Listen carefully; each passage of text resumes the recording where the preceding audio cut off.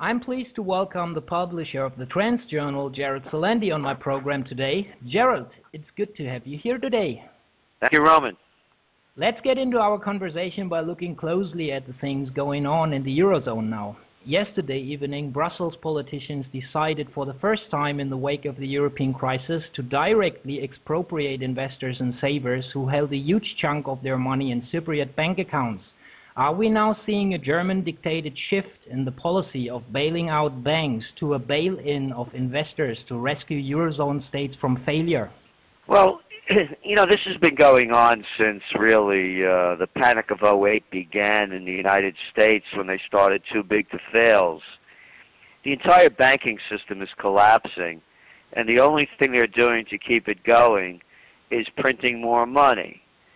And of course, the Eurozone doesn't have the privilege of printing like the American press does, so they just do it a different way, with their long-term refinancing operations and ongoing monetary transactions.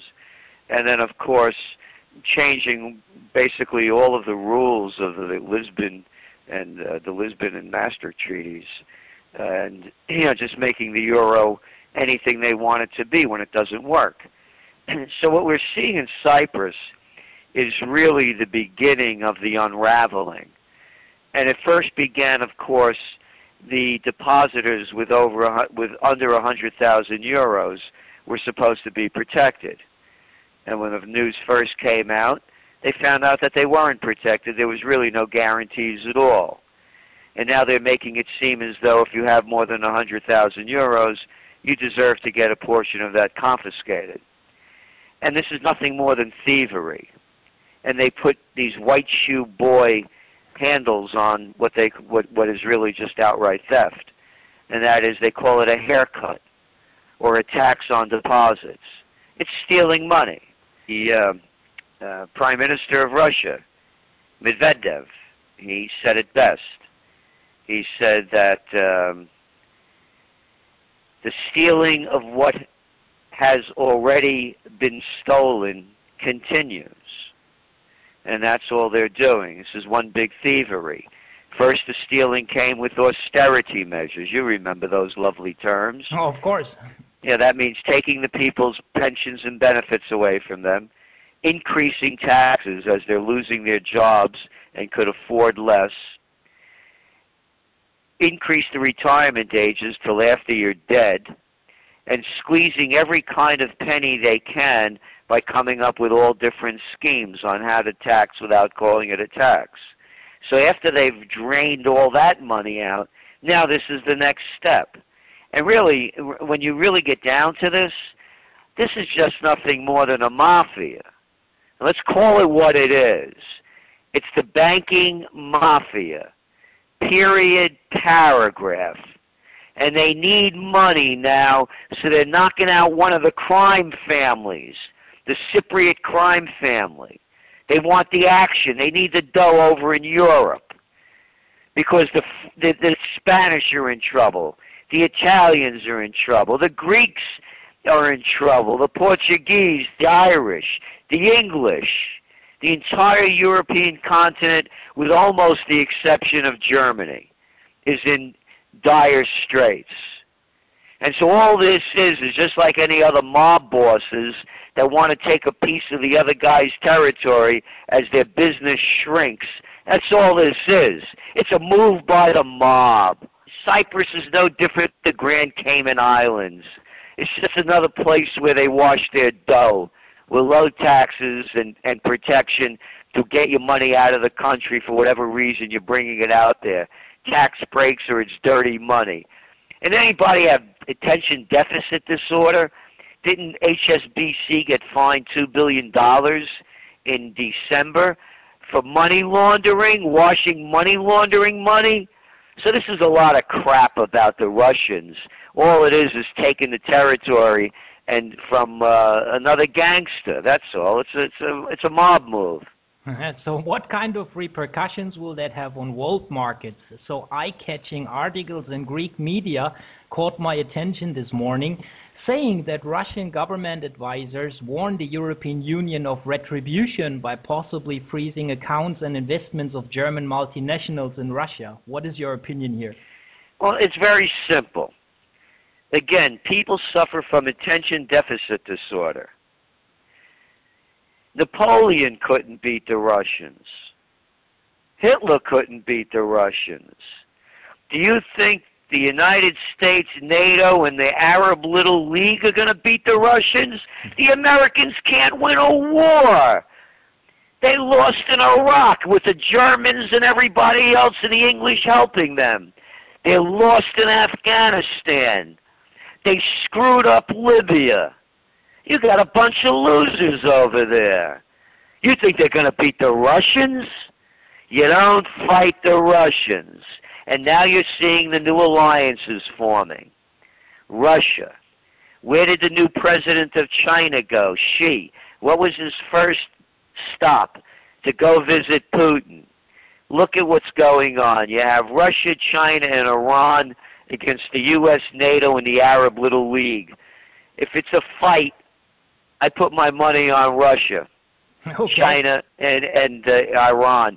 Iranians are the Persians. They're not going anywhere.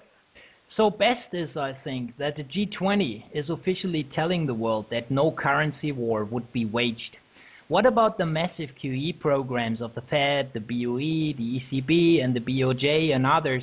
Isn't it possible that Japan is hiding the early stages of a collapse on its bond markets by huge efforts to debase the yen against other paper currencies? And how will this story eventually play out? It's playing out in front of everybody's eyes, everyone to see. You can't keep printing all of this digital money and buying up all this worthless crap and keep the game going. And look at the yen. It's lost 20% of its value since Abe came into office in December. And go back to World War II. What do you think World War II was for, though? It was a money war. They all are. You had the crash of '29, the Great Depression, currency wars, as are going on now, trade wars, and World War. You go back to Japan in the 1930s, they pulled themselves off the gold standard and devalued the yen by 60% against the dollar and 40% against the pound sterling.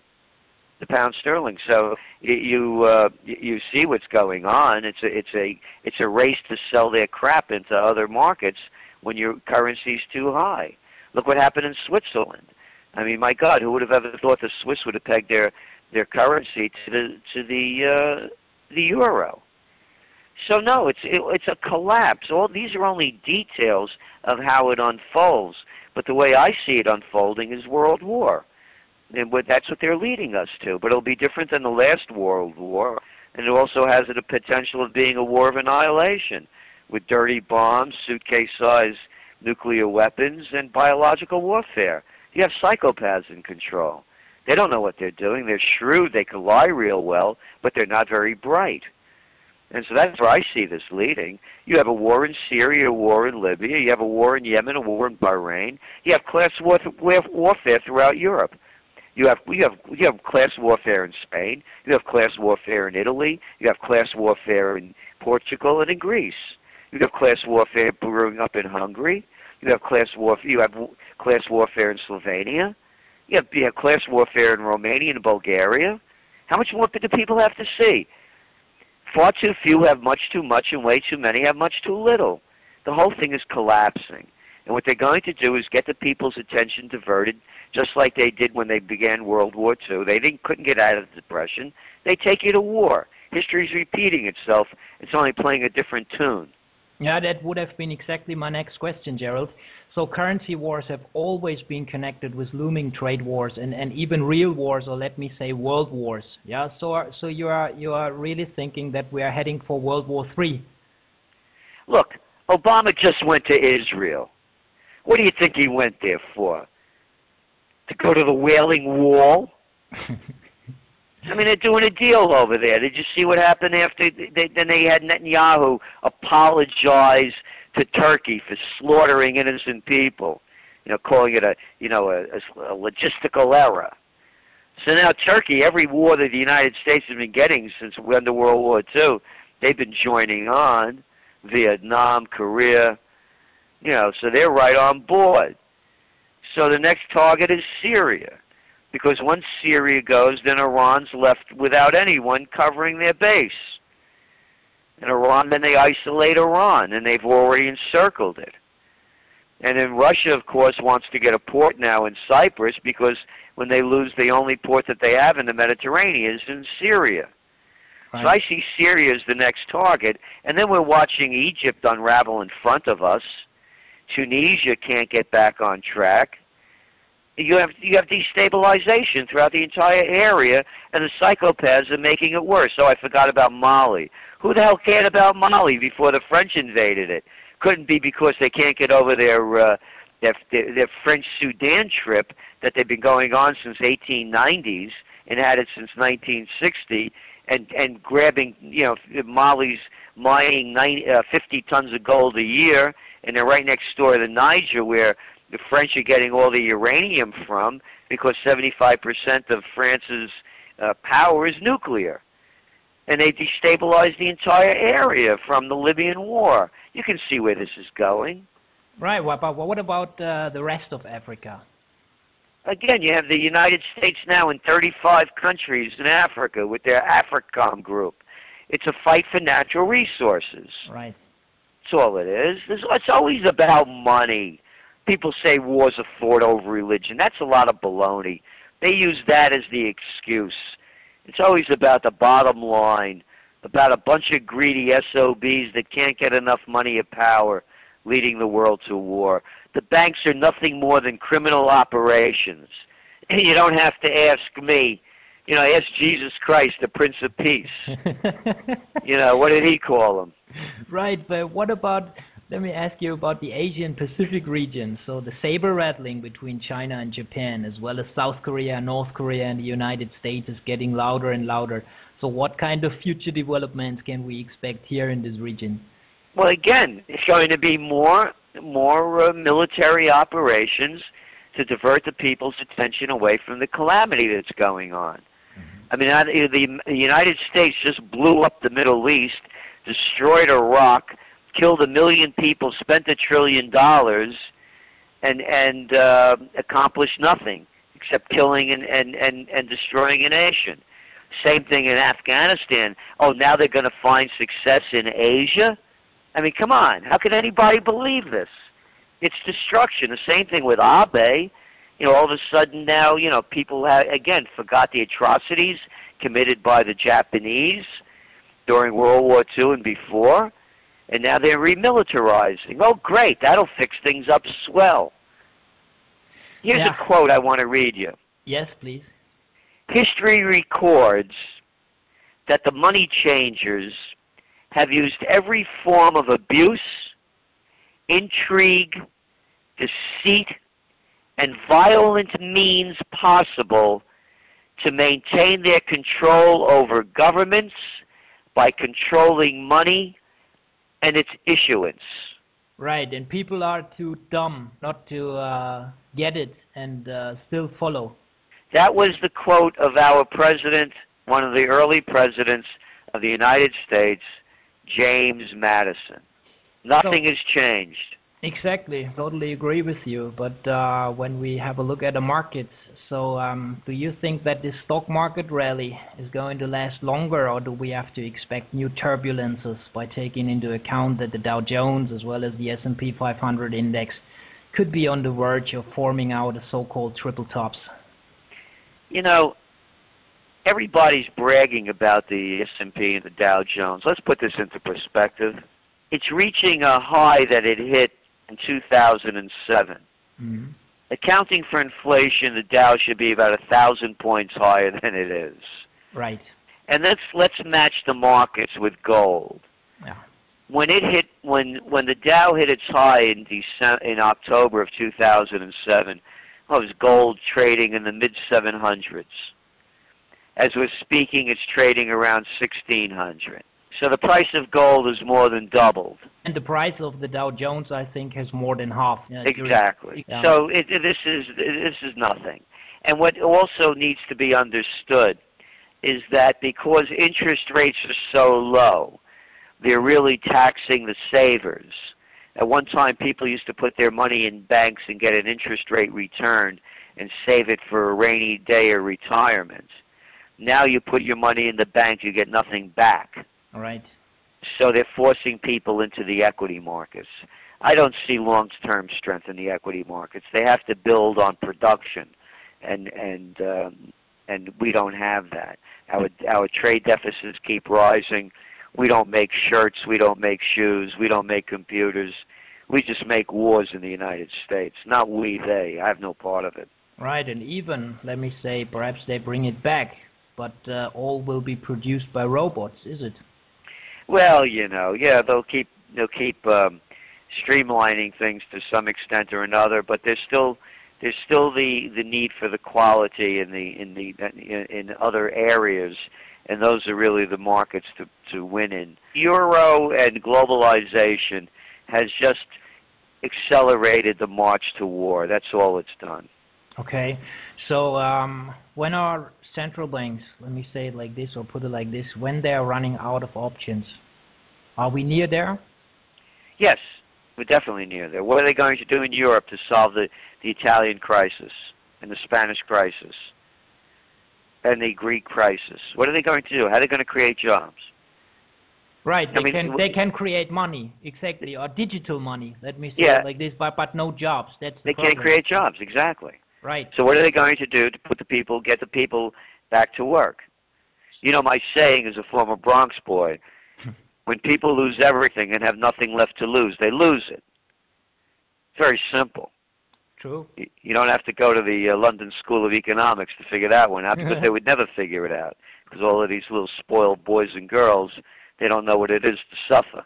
That's true. I agree with you. But does that mean that world economy will likely fall back into a persisting period of deflation? Yes. You know, I'm a believer. It's you know, there's the two camps. There's the inflation camp and the deflation camp. Mm-hmm. Deflation, as you mentioned, is based upon supply and demand. If there's no demand for the product, the cost of the value of the product deflates. However, there's another element in here, and that is not hyperinflation or deflation, but more to the mind of the loss of the value of the currency. So as the currencies become debased, the cost of the product could still go up. For example, if you live in Zimbabwe and you're buying a pound of coffee and your Zimbabwean dollar keeps getting devalued, the price of the pound of coffee hasn't gone up on the world market. It costs you more in your currency because it's been debased.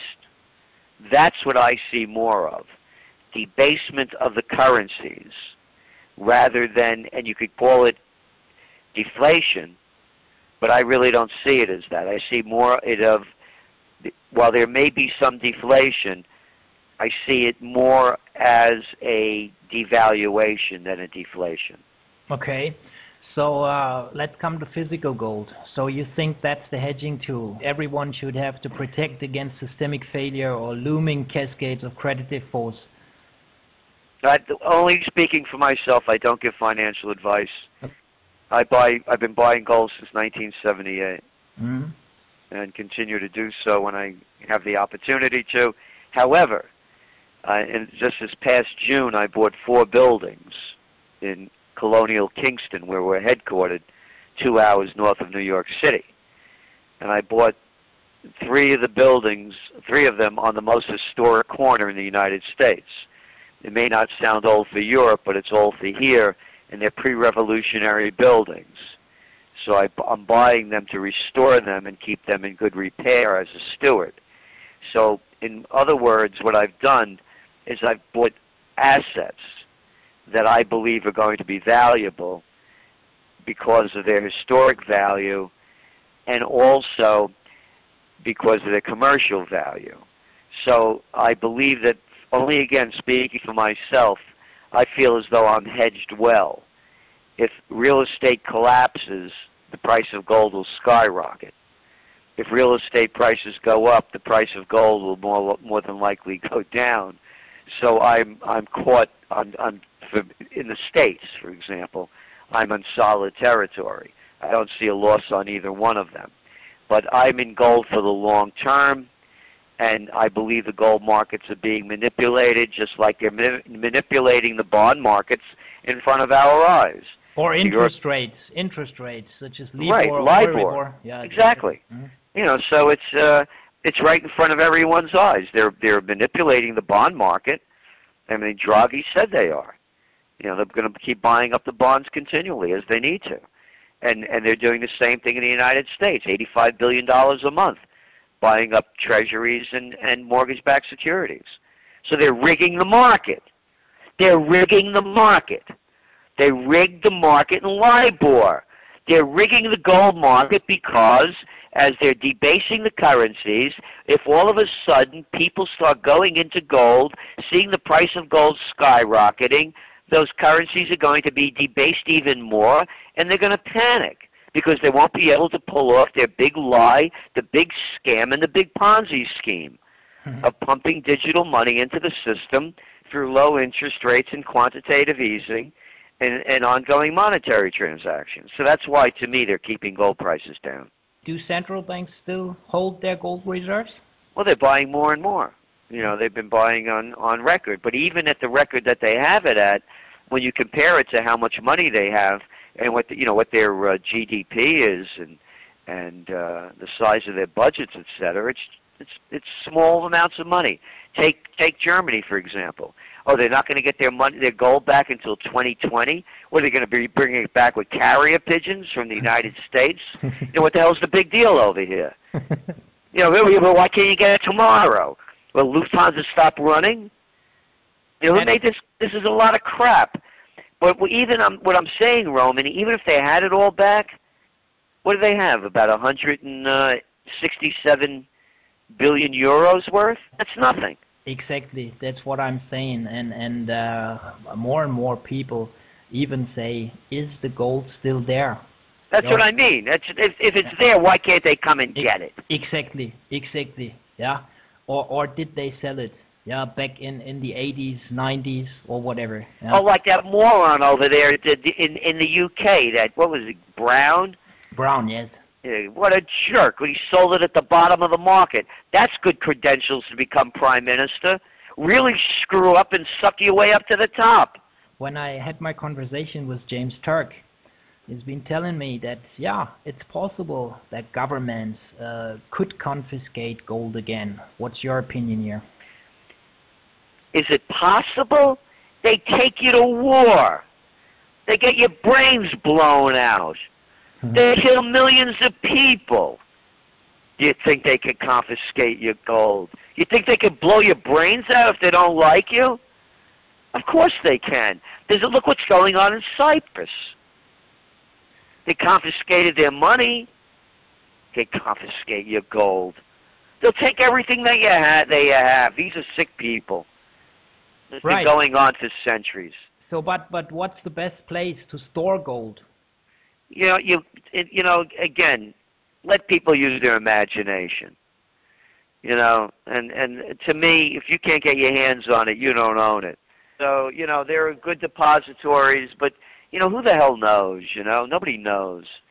And, you know, use your creativity. You know, you have a little yard in the back and you bury it one night. Who the hell's going to know? You got a load of shit in your house, a load of crap in your house all over the place. You think somebody's going to see it? You know, you put $100,000 worth of gold in a coffee can, and they're going to find it with all the other crap you got in your house. If you don't tell anybody and you keep your mouth shut, you use your head. You know. Just not to store it, but just to have it in the garden or in a back room or whatever. Whatever. It's been going on for centuries. Yeah. So, Gerald, all people who want to know more about Gerald's studies and predictions, visit the website TrendsJournal.com. That's right. That's it. Here you'll find a lot more interesting studies and a bunch of future predictions. I want to say thank you for taking the time, Gerald, to make this interview with me. And I wish you well and a lot of success regarding your future operations and studies. Well, thank you. And also, along with the Trends Journal subscriptions, we do Trends in the News videos each day. So you get the real news, not the prostitute news. Thank you very much. So all the best to you. Thank you. Thank you very much,